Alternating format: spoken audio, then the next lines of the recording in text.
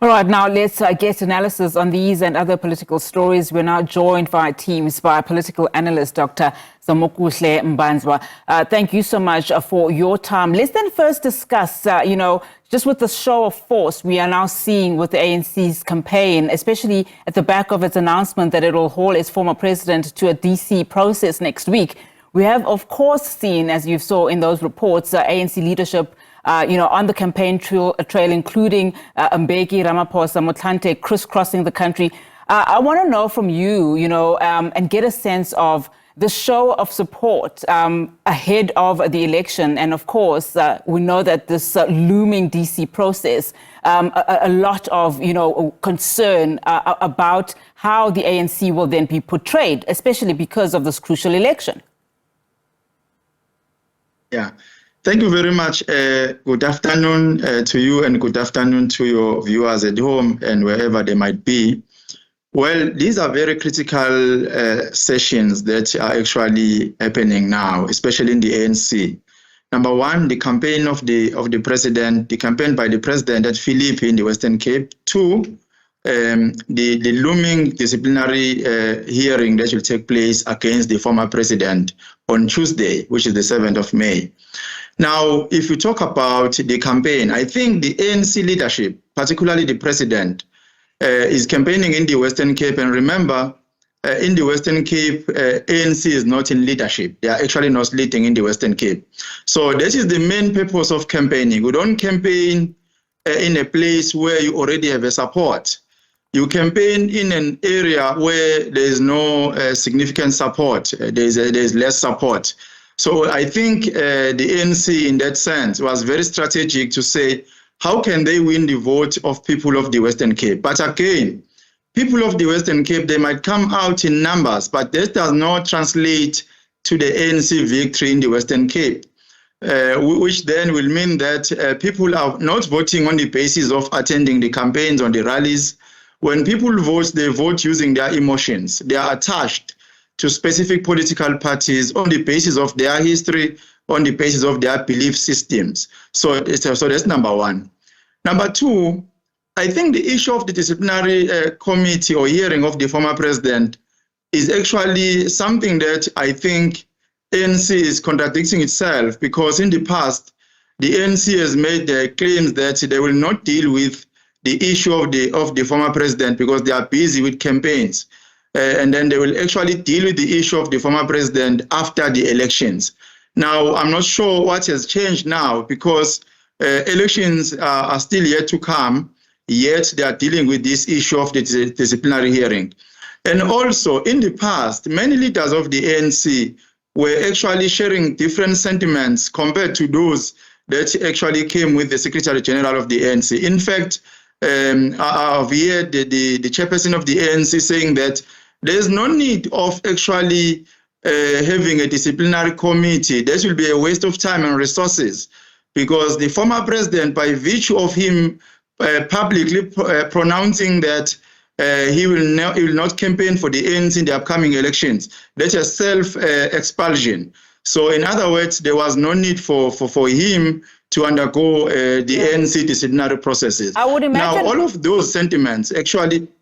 I would imagine, Dr. Mbandlwa, I would imagine that the ANC obviously would want to cover their bases, which is why they are going ahead with, the DC process. But to your point, Zuma also not only encouraged, MK party members to vote for the ANC, but he also said that he was going to campaign for it. But what was confusing is that he maintained that he was still a member of the governing party and will remain a member of the governing party. So one wonders then, what is likely to happen next week? Will he show up, first of all? And then how will he then defend, his actions? Well, judging on what he has said in the past, where he publicly said he will remain a member of the ANC, even though he will not campaign for the ANC. And he always made reference to the ANC of Ramaphosa. So in his mind, he is still a member of the ANC. He still loves the ANC. What he's actually doing is actually trying to fix the ANC according to him. So I don't think he will not attend the disciplinary hearing.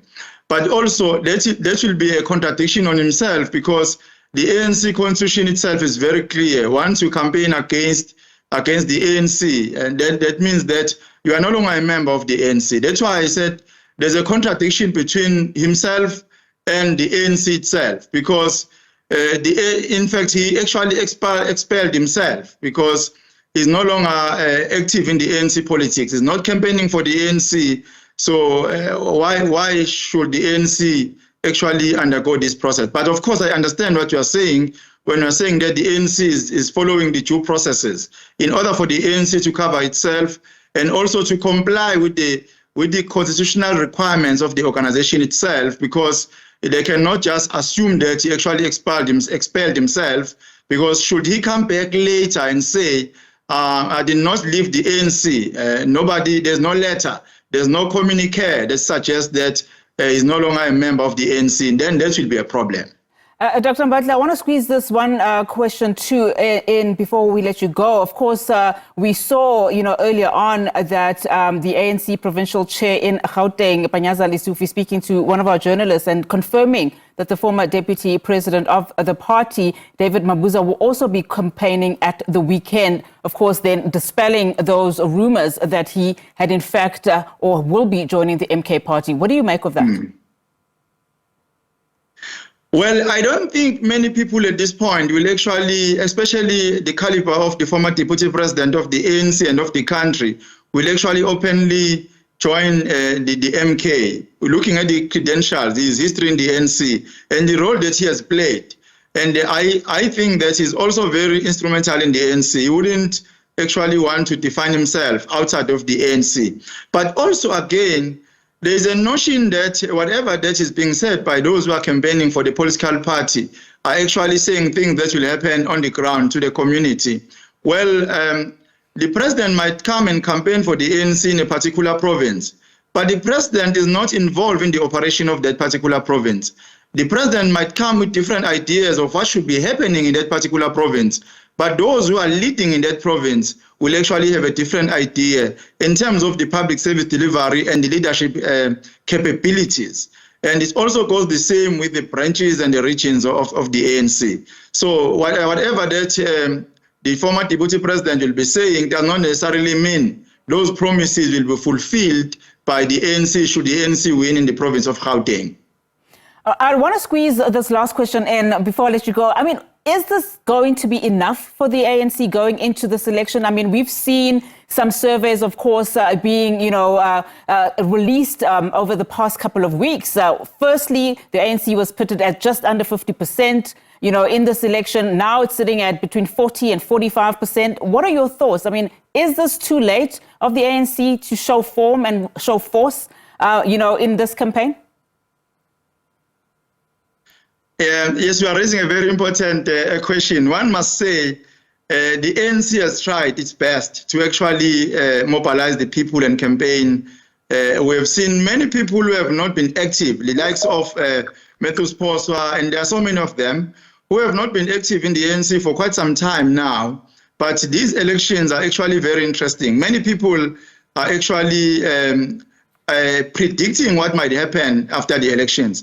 Well, the polls that are happening around, even though we cannot actually confirm the data, where the data is coming from, but looking at the dynamics on the ground and the support on the ground and the mushrooming political parties, the new political parties, it is highly possible that the ANC might not actually enjoy the overwhelming majority in the upcoming general, provincial, and national elections. So it is, I want to believe that whatever that they are saying, even though it might not be accurate, but it is not far away from the truth.